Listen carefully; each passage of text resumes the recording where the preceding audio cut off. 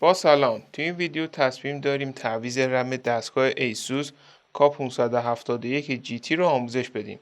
برای این کار دستگاه باید خاموش باشه و باتری رو از دستگاه خارج کنیم. در صورتی که باتری رو دستگاه باشه برق داخل مادربرد وجود داره و ممکنه به دستگاهمون آسیب برسونه. خب برای این کار دستگاه رو من برمیگردونم و شروع میکنم به باز کردن پیچ‌های قاب کف دستگاه.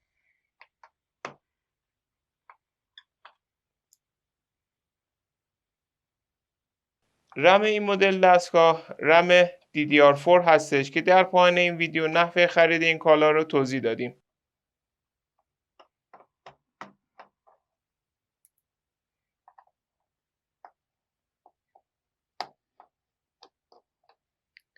تو این مدل دستگاه دو تا پیچ زیر این درپوشا هستش که من ابتدا این درپوشا رو باز میکنم. دقت داشته باشیم موقع باز کردن به درپوش و قاب صدمه وارد نشه. به این صورت. و دو تا پیچ رو شروع میکنم به باز کردن.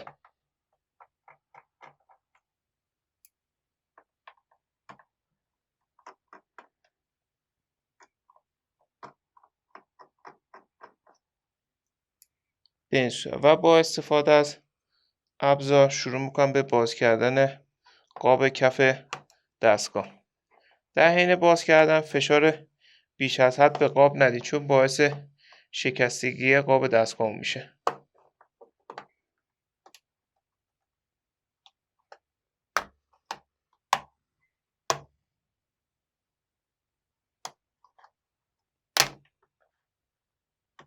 به این صورت.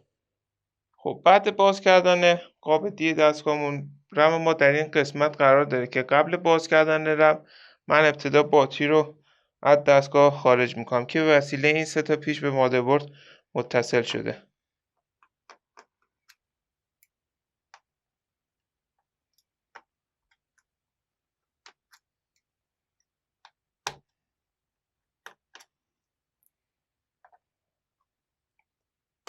باتری رو به این صورت دستگاه خارج میکنم و با فشار دست زبون‌ها رو آزاد میکنم و رم رو از دستگاه خارج میکنم. برای جا زدن دوباره رم اونو داخل شیار قرار میدم و اونو به سمت پایین فشار میدم. به این صورت.